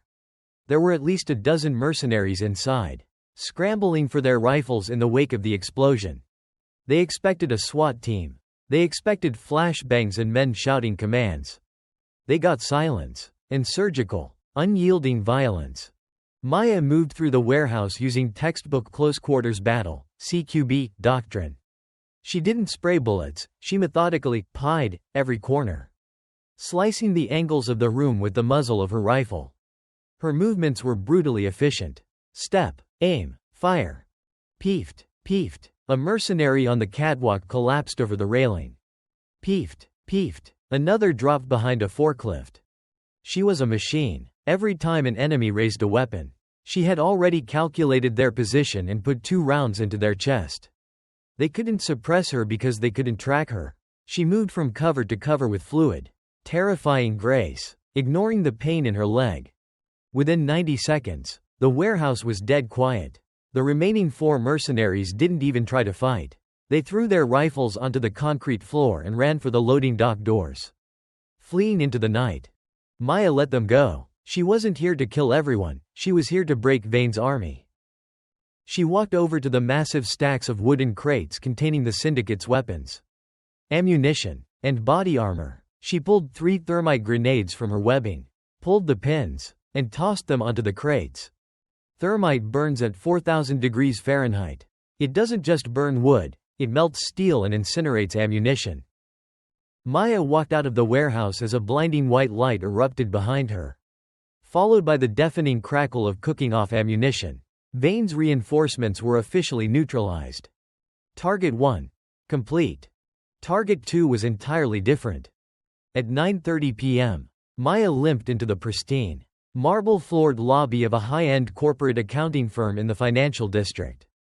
The security guard at the front desk barely had time to look up from his magazine before Maya slammed the heavy polymer stock of her rifle into his temple, knocking him cold. She dragged him behind the desk, keyed his access card, and took the private elevator to the top floor. Richard Gable was Julian Vane's chief financial architect. He was a man who had never held a gun or thrown a punch, but he had ruined more lives with a keyboard than any street-level thug ever could. He washed the blood off Vane's money. Maya kicked open the heavy mahogany doors of Gable's corner office. Gable jumped, knocking over a crystal tumbler of scotch. He was standing behind a massive glass desk, bathed in the blue glow of 4 computer monitors. He was frantically typing. sweat pouring down his face. He was in the middle of routing Vane's liquid assets to a series of untraceable offshore shell companies in the Caymans. Maya leveled the Mk-18 at his chest. The laser sight painted a bright red dot directly over his heart. "Step away from the keyboard, Richard," Maya said. Her voice was terrifyingly calm, a stark contrast to her soot-stained face, bleeding leg, and tactical gear. Gable threw his hands up, his knees visibly shaking. "Please, take whatever you want. There's a safe in the wall. It has 100,000 in cash." "I don't want the cash," Maya interrupted, stepping further into the plush office. "And Julian Vane doesn't get to keep it, either. Sit down." Gable scrambled into his leather ergonomic chair, his eyes glued to the muzzle of the rifle. Maya pulled a crumpled piece of paper from her pocket. It was a list she had compiled from Lily's apartment. "You have authorization to wire those funds. I see $50 million sitting in the primary holding account. If I touch that money, Vane will skin me alive," Gable squeaked. "If you don't touch that money," Maya whispered, leaning over the desk so the hot suppressor of her rifle tapped gently against Gable's silk tie, "I will paint this office with you. Right now." Gable swallowed hard, a tear of pure terror rolling down his cheek. Where do you want it?" Maya slid the piece of paper across the glass desk. "Divide it evenly. 5 million to the Stanton Heights Community Center. 10 million to the Blackwood City Orphanage. 10 million to the Women's Shelter on Fifth Avenue. The rest goes to the anonymous tip line for the Federal Anti-Trafficking Task Force." Gable stared at the paper in disbelief. He was a man who understood greed. He didn't understand this, but the red laser dot on his chest left no room for negotiation. His trembling fingers flew across the keyboard. Maya watched the monitors closely. She knew enough about financial routing from her time tracking terror funding in the Middle East to know he wasn't faking it. "Transferring," Gable whispered. A progress bar flashed across the screen. 10%, 50%, 100%, transfer complete. $50 million of blood money. The entire foundation of Julian Vane's empire vanished from his control in a matter of seconds. "Done," Gable sobbed, putting his head in his hands. "I'm a dead man." "You're a very lucky man," Maya corrected. She swung the stock of her Mk-18, smashing all 4 computer monitors, sending glass and sparks flying across the desk. She then ripped the hard drives from the server tower beneath the desk, tossing them into her duffel bag. She left Richard Gable sobbing in the dark and walked back to the elevator. By 11 p.m., the underworld of Blackwood City had gone completely silent. The radio chatter Maya monitored on her tactical headset was dead. The streets were empty. The syndicate was broken. Maya stood on the roof of a parking garage, the freezing wind whipping her braided hair around her face. Directly across the street stood the Zenith building. It was a monolith of sleek, black glass and steel, piercing the low-hanging clouds like a giant obsidian blade. The top 3 floors belonged entirely to Julian Vane. The penthouse. Vane was up there right now. He had no army left to call. He had no money left to steal. He was trapped in his glass castle. And he knew the ghost was coming for him. Maya checked her watch. It was time. She racked the charging handle of the Mk-18, chambering a fresh round. She ignored the burning pain in her leg. She ignored the exhaustion trying to drag her down. She remembered Lily's voice in the bunker. Fight for the living. Maya Vance stepped off the roof, heading toward the front doors of the Zenith building. The surgical strikes were over. It was time to cut out the disease. The lobby of the Zenith building was a monument to corporate hubris. Acres of imported Italian marble, brushed steel columns, and a cascading indoor waterfall that hummed with a quiet, expensive frequency. At 11:45 p.m., it was completely abandoned. Julian Vane had sent the night staff home. He knew she was coming. He knew the police were busy entangling the mess at the docks. And he knew his bank accounts had just been drained to zero. The Zenith building was no longer a corporate headquarters, it was a glass and steel Alamo. Maya Vance limped through the revolving doors, her heavy combat boots leaving faint, bloody smudges on the pristine white marble. The silence in the lobby was deafening.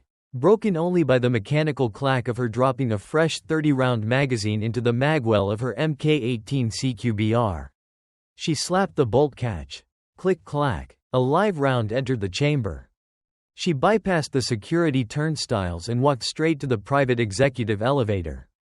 There was a biometric scanner on the wall. Maya didn't bother trying to hack it.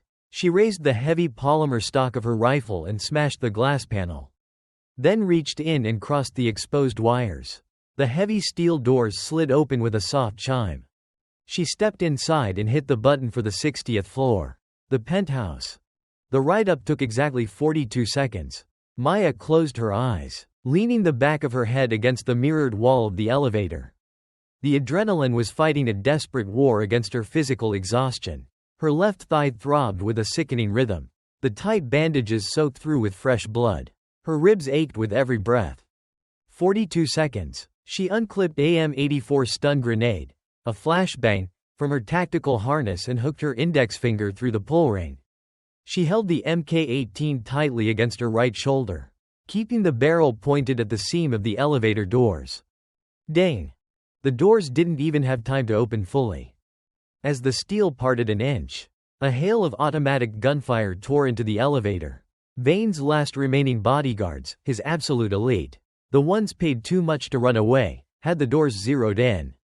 Heavy 7.62mm rounds shattered the mirrored glass behind Maya, chewing the interior of the cab to shreds.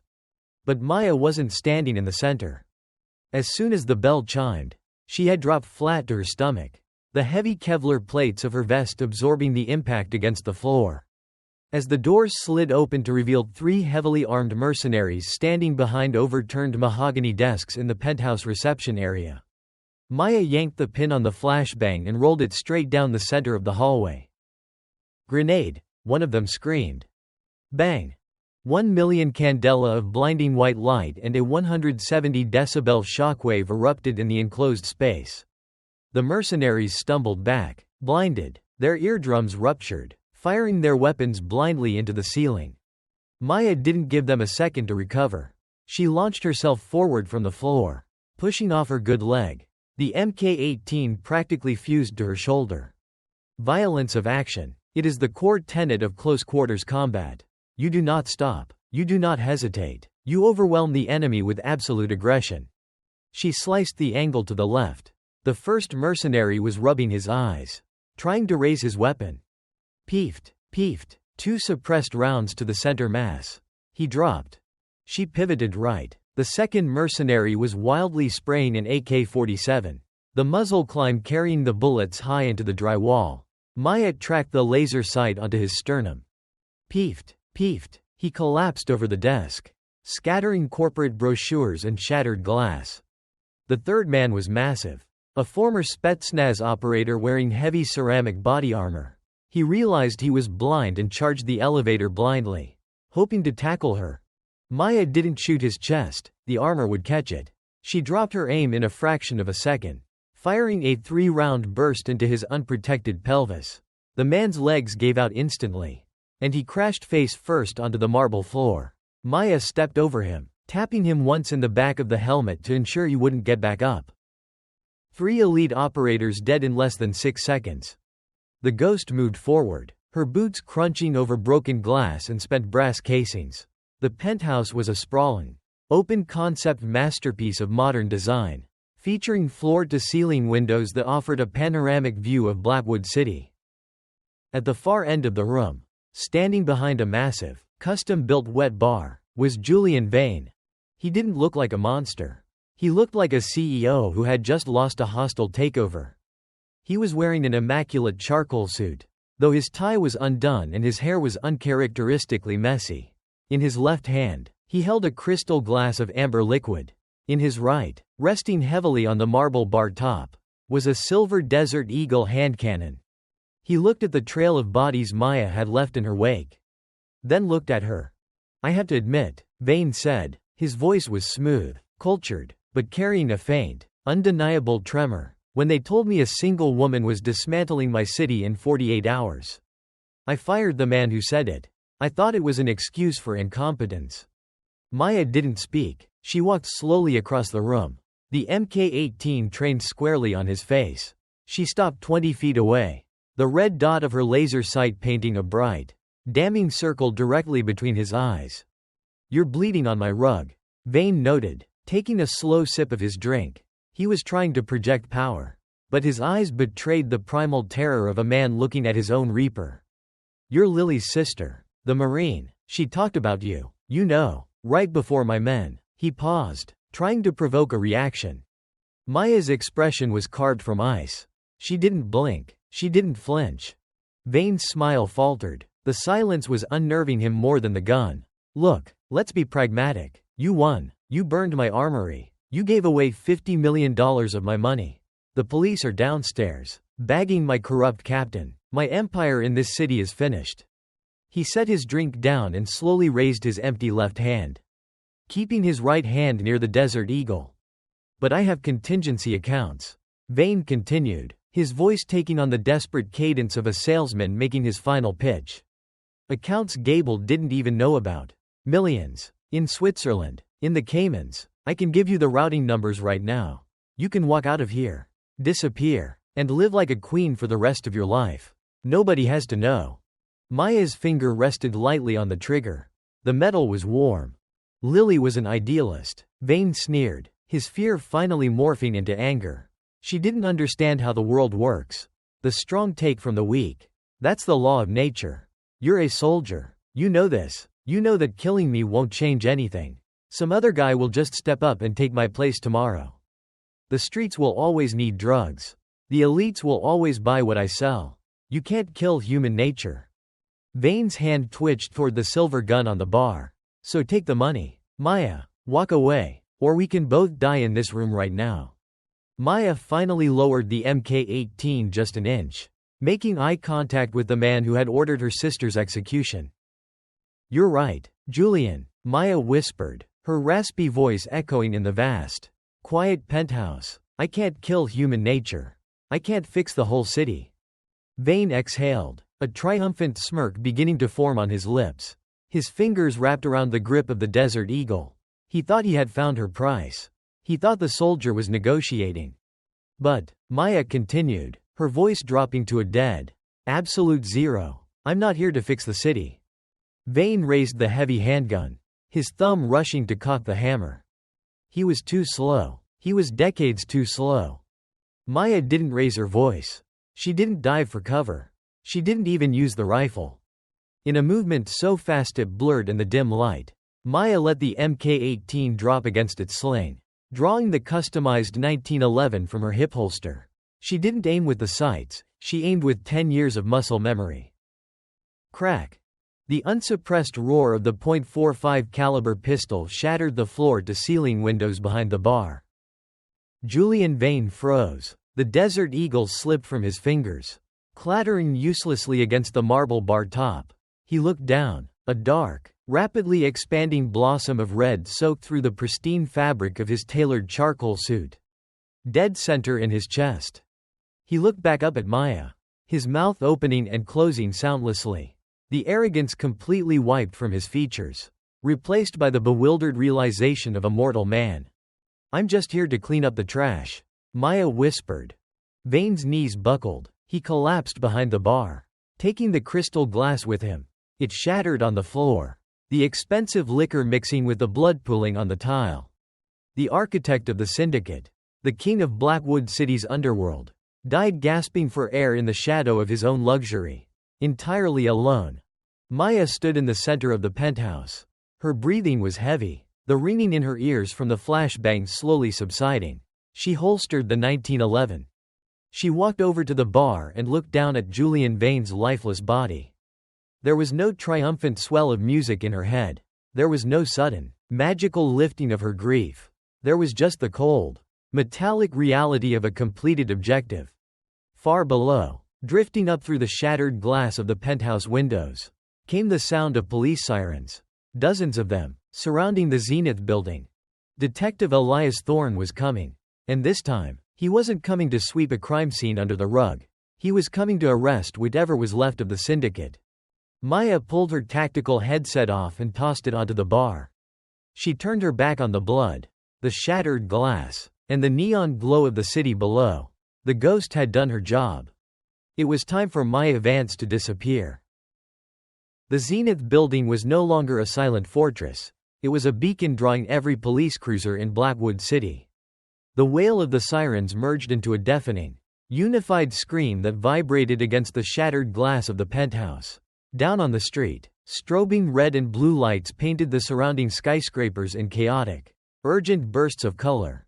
Maya Vance stood perfectly still, letting the freezing night wind wash over her. The air in the penthouse smelled of cordite, copper, and spilled $2,000 scotch. She unzipped the top pouch of her tactical vest and pulled out the physical hard drives she had ripped from Richard Gable's office. Along with a thick, encrypted USB drive containing the entirety of Lily's master file, the names, the bank accounts, the politicians, the judges.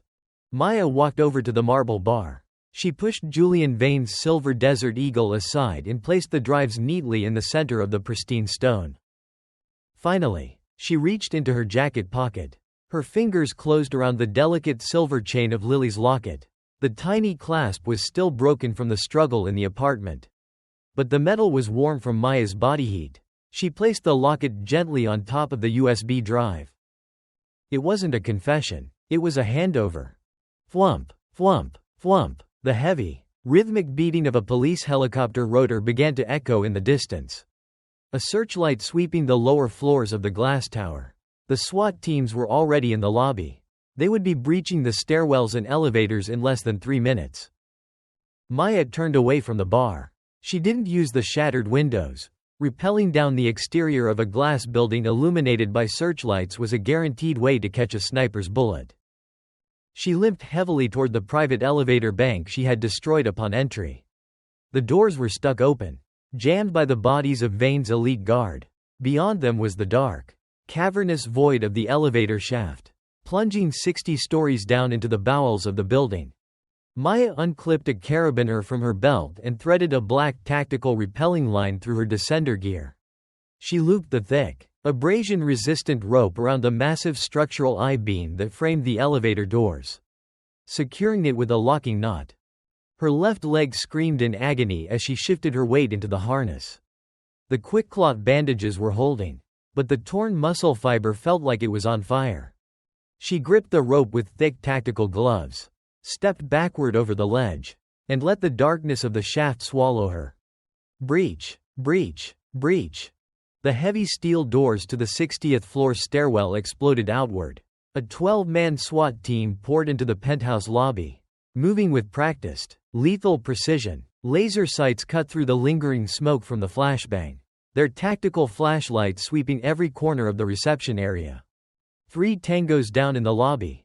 Heavy armor, military spec. The pointman barked over his radio, moving to the main suite. Detective Elias Thorne stepped out of the stairwell behind the tactical team. He was wearing a heavy Kevlar vest over his rumpled trench coat. Breathing hard, a Glock 19 gripped tightly in his hands. His stomach was tied in a sickening knot. He knew exactly who had caused this carnage. And he knew his duty. If she was still in the room, if she raised a weapon, his men would cut her down in a heartbeat. Clear right. Clear left. Main suite is secure. No movement. Thorne pushed past the SWAT operators and stepped into the sprawling penthouse. The wind howled through the shattered floor-to-ceiling windows, tossing expensive corporate paperwork into the night sky like confetti. He followed the trail of devastation. The surgical precision of the bullet holes. The absolute lack of wasted movement. It was textbook military execution. "Detective," the SWAT commander called out from behind the marble bar. "We've got a primary target down. Looks like Julian Vane, single gunshot wound to the chest." Thorne walked over. He looked down at the architect of Blackwood City's misery, lying dead in a pool of his own blood and liquor. A wave of profound, exhausting relief washed over the veteran detective. The untouchable king was gone. "Sir, you need to see this," the commander said, pointing a flashlight at the top of the bar. Thorne stepped closer. The beam of light illuminated the stack of hard drives. And resting on top of them, gleaming under the harsh tactical light, was the silver locket.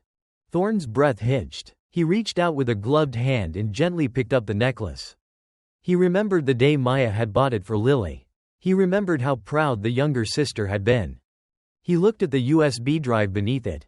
It had a small piece of white medical tape stuck to it. Written in sharp, blocky handwriting were 2 words. The rest. She hadn't just killed the monster, she had captured the entire ecosystem that created him. The corrupt politicians, the dirty judges, the money launderers, it was all right here. Enough evidence to keep the federal prosecutors busy for a decade. Did we secure the perimeter? Thorne asked, his voice rough. Airtight, detective, the commander replied. Choppers have the roof. We have 80 men on the ground floor. Nobody came out. If the shooter is still in the building, we'll find them. Thorne walked over to the shattered window. The rain had started again. A cold, driving drizzle that washed the smoke from the air. He looked down at the flashing sea of police lights, then looked across to the dark, shadowed rooftops of the neighboring buildings. Call off the active search, Thorne said quietly. The SWAT commander blinked. Excuse me? We have a mass casualty shooter. This wasn't a mass shooter. Lieutenant, Thorne interrupted, turning to face him. His eyes were hard, carrying the weight of a man who finally had the leverage to clean up his city. This was a cartel dispute. Vane's mercenaries turned on him. The shooter is already gone. Have the crime scene unit bag these drives and get them directly to the FBI task force. Do not let local brass touch them. The commander hesitated, then nodded. Yes, sir. Thorne turned back to the window, slipping the silver locket into the breast pocket of his trench coat. Right over his heart. You did it, kid, he thought, looking out into the unforgiving darkness of Blackwood City. You kept your promise. 4 blocks away, in the damp, rat-infested access tunnels beneath the city's storm drain system, a heavy iron grate shifted. Maya Vance pushed the rusted metal aside and dragged herself up onto the cracked pavement of a deserted alleyway. She was covered in soot, grease, and blood. Her tactical gear was shredded. Her body pushed far beyond the limits of normal human endurance. She hit the button on an encrypted key fob. 50 feet away, the taillights of an anonymous, stolen sedan flashed once in the rain. Maya limped toward the car. She opened the trunk and threw the heavy Pelican case containing her Mk-18 inside. She stripped off the Kevlar vest, tossing it onto the floorboards, and slid into the driver's seat. The engine roared to life with a quiet, reliable hum. Maya turned the heater on full blast, shivering violently as the adrenaline completely abandoned her system. She leaned her head against the steering wheel for a long, quiet minute. It was over. She shifted the car into drive and pulled out of the alley. As she merged onto the rain-slicked avenue heading toward the city limits, a convoy of 4 police cruisers sped past her in the opposite direction, their sirens screaming toward the Zenith building. Maya didn't flinch. She didn't look back. She just kept her eyes on the road ahead, disappearing into the storm. The first Sunday of December arrived in Blackwood City not with a storm, but with a strange, eerie calm. The sky wasn't its usual bruise purple, it was a pale, washed-out gray, like old newsprint, and the air actually carried the clean, sharp scent of impending frost rather than the usual cocktail of diesel and despair. Maya Vance drove her 3rd stolen vehicle of the week, a utilitarian dark blue Ford pickup, slowly through the winding roads of Blackwood Cemetery. This wasn't the old, Gothic part of the grounds, filled with crumbling crypts and weeping angels. She was in the new addition, a vast expanse of uniform green lawn dotted with simple flat bronze markers. Lily hated ostentation. She would have hated the massive, monolithic granite mausoleum the city council had erected for Julian Vane. Thorne had managed to bury that bit of information at the bottom of a case file. Lily wanted grass, sunlight, and silence. Maya parked the truck. Her left leg was taped up tight under her jeans, her bad shoulder still stiff, but she walked without the pronounced limp that had defined her long night. Wounds healing into scars, wounds into duty. She found the spot. It wasn't hard. A small, fresh bronze marker set into the frost-dusted turf. Lily Renee Vance. 1996 to 2023. A warrior without body armor. Thorne had seen to the inscription. It was perfect. Maya knelt beside the marker, her knees sinking into the soft earth. She hadn't brought flowers. Lily loved flowers. But flowers died. Maya brought something permanent, something tactical. She didn't hallucinate this time. There were no ghosts sitting on rusted buckets. There was just the quiet hum of the interstate in the distance and the solitary chirping of a winter bird in a bare oak tree. Maya was condition green, safe, alert, at peace. "Hey, Lil," Maya said quietly. Her voice was raspy, but it was smooth, anchored by a deep sense of completed objective. "Sitrep. The city, it's breathing again. It's still rough, still got teeth, but the big jaw has been shattered. The news is full of it. Thorn is clearing house. 3 city council members resigned yesterday, for personal reasons. He's personally overseeing the cases of Tommy, Sarah, and the rest of the kids. They have real lawyers now. Clean ones." Maya looked down at the bronze marker. She traced her sister's looped handwriting, perfectly preserved in the metal. "Chloe made it out," Maya continued, a rare, genuine smile touching her lips. "She's at the women's shelter on 5th. She's going to testify. Gable's drives had everything. She won't have to look over her shoulder. Nobody will." A tear finally broke free, tracking a clean path down Maya's scarred cheek. It wasn't a tear of despair. It was a tear of closure. The long wait was over. The silence had been answered. "I kept my promise. Lil, I finished the work. You can rest now. You don't have to protect anyone anymore. I've got the watch." Maya reached into the front pocket of her worn canvas jacket. She pulled out a heavy circular object. A Marine Corps Scout Sniper Challenge coin. It was aged bronze, featuring a silent scope reticle over a death's head, with the Marine Corps motto, Semper Fidelis, always faithful, etched around the rim. On the reverse, she had taken a jeweler's laser, courtesy of a target-rich accounting firm, and added one last inscription. Ghost. Mission complete. Standing down. Maya pressed the coin into the fresh soil, right at the base of the marker, burying the sniper part of herself right alongside her sister. She was leaving the warrior here, with the only moral compass that ever mattered. Maya Vance stood up. She looked at the city skyline on the horizon. The Zenith building was still there, a massive black obsidian blade, but now it was surrounded by construction cranes. The top 3 floors were being gutted to be turned into a luxury community center for at-risk youth. Lily's legacy, built on Vane's grave. The hunter's job was done. Maya walked back to the truck, her gait slow, deliberate, and final. She didn't look back at Lily's grave. A sniper doesn't look at the target once the shot has been taken. You check the wind. You check the next sector. And you move. She drove out of the cemetery, turning the truck west onto the interstate. She put on a classic rock station, turning the volume down low. She didn't have a destination. Just forward. Just Semper Fidelis. As the sprawling, jagged neon grid of Blackwood City faded into a soft glow in her rearview mirror, Maya Vance drove toward the setting sun, disappearing into the horizon, leaving the ghost behind, but carrying the light with her.